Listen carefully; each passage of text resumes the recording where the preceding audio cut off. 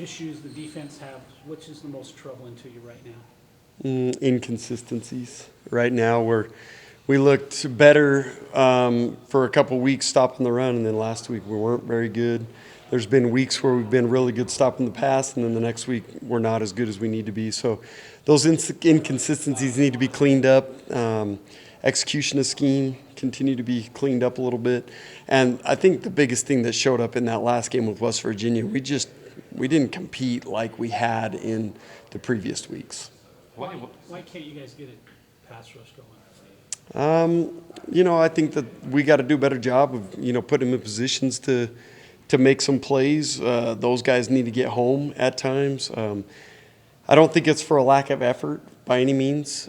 We got to generate more pass rush. And I think, some of it was in years past they weren't expected to. It was a lot of drop 8, and I think that you get into that I don't know if it's a behavior, but bottom line, we've got to instill better, nasty pass rush mentality. Well, that's when we blitz. That's when we bring 4. That's when we bring 3. We got to do a better job of just getting home.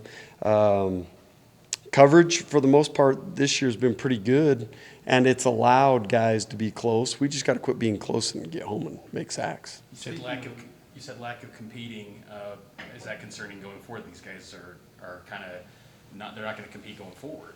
No, that doesn't concern me. Not after the practice we just had. I don't know what it was. West Virginia. Yeah, I mean, nobody ever wants to have a game like that. But whether it was back-to-back road games or whatever it was, we just didn't compete the way we had been expected to. I thought in Texas, with all the crazy situations we got put in on defense, I thought that was one of our most competitive, toughest games that we had played. And so to come the next week and not play like that was a little disappointing. You talked on coordinator's corner about the fact you feel like in retrospect you would have backed off on the guys versus pushing them. Why is that? Well, as coaches, we're always searching. We're always searching for, was it something in the travel? Was it something in, what we did in the hotel? Was it something we did in practice last week? You're always looking for what that answer was.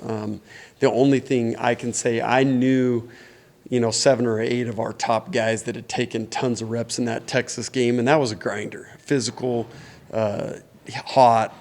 I just knew those guys were beat down early in the week. We thought we had backed off those certain guys enough, but when they're tired and they look tired at West Virginia, because those guys are tough, then I have to self-reflect on maybe I didn't do a good enough job of getting them back.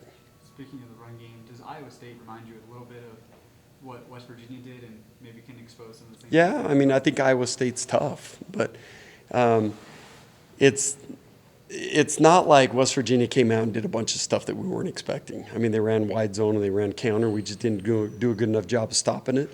I said all along against West Virginia, we were going up against the best O-line in the Big 12, if not the country. That's as good O-line as I've seen in college football for a long time. And they played like it that day. And we did not respond to the physicality and the execution that they played with on the O-line. And give West Virginia credit. I mean, they're good. And I think I looked up a stat. When they rush for 100 yards, they're like 23-7 in their last 30 games. They do that. And every team that beat them scored over 35 points. So, I mean, West Virginia, when they run the ball effectively, they're tough to beat. Nelson, Haas, Henry Daly, McKenzie, any of those guys going to be available on Saturday? Nelson, no. Haas, no. McKenzie, no. Daly, no. So. So are they out for the season? Any of those guys? No. John Henry could play still. The other guys, it will be probably a while before we get them back. Talon Alfrey has a chance to play this week. So that's when we do think we have a chance to get back. Jay, I want to ask, you touched on this, but when guys get acclimated to a certain style, and now you come in this year, you don't want to have an excuse use that as an excuse this late in the season. But is there a reality of that as you're trying to get guys to do what you want to do when they've gotten used to over the years doing different things? Sure. The one thing you'll never see from myself or anyone on our staff is excuses. I'm not going to make excuses. I'll put the blame squarely on myself because it's my job to get these guys ready to play at a high level. And I'll never use that as an excuse. The reality is We got to continue to get better at executing this scheme. It's a complicated scheme. There's been times where we've executed it well, but it's been a little bit inconsistent at times. When we do, we've proven that we can be a really good defense. Like I've said this before, we played Texas as good as anyone's played them this year on defense. We played Kansas as good as anyone's played them this year on defense. We did that on the road in some crazy environments. And so there's been flashes of what exactly we want to see, but it's been inconsistent. And it's my job to get us consistent. It's my job to continue to recruit the right players into this system. And it's my job to get a product on the field that the fans and the administrators and everybody can be proud of. Does Iowa State, their offense remind you of anybody you've already faced this year? Well, I think a lot of the offenses in the Big 12 have some similarities in their run games. They want to be physical. They run the ball maybe a cross between a Cincinnati and a West Virginia.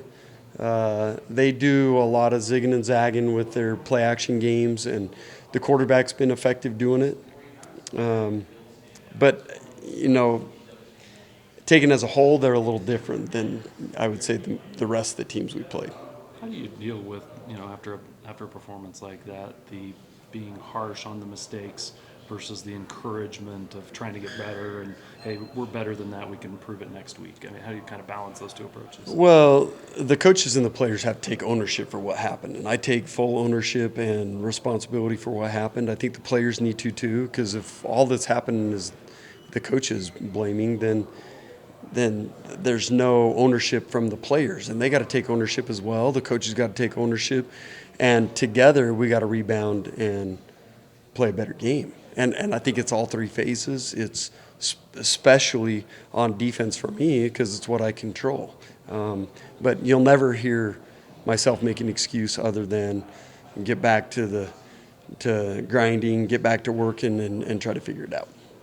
Any common themes that you found in film eval of the three losses where the margin of the loss was so significant? On the road against really good opponents where we didn't respond to an early deficit the way we should.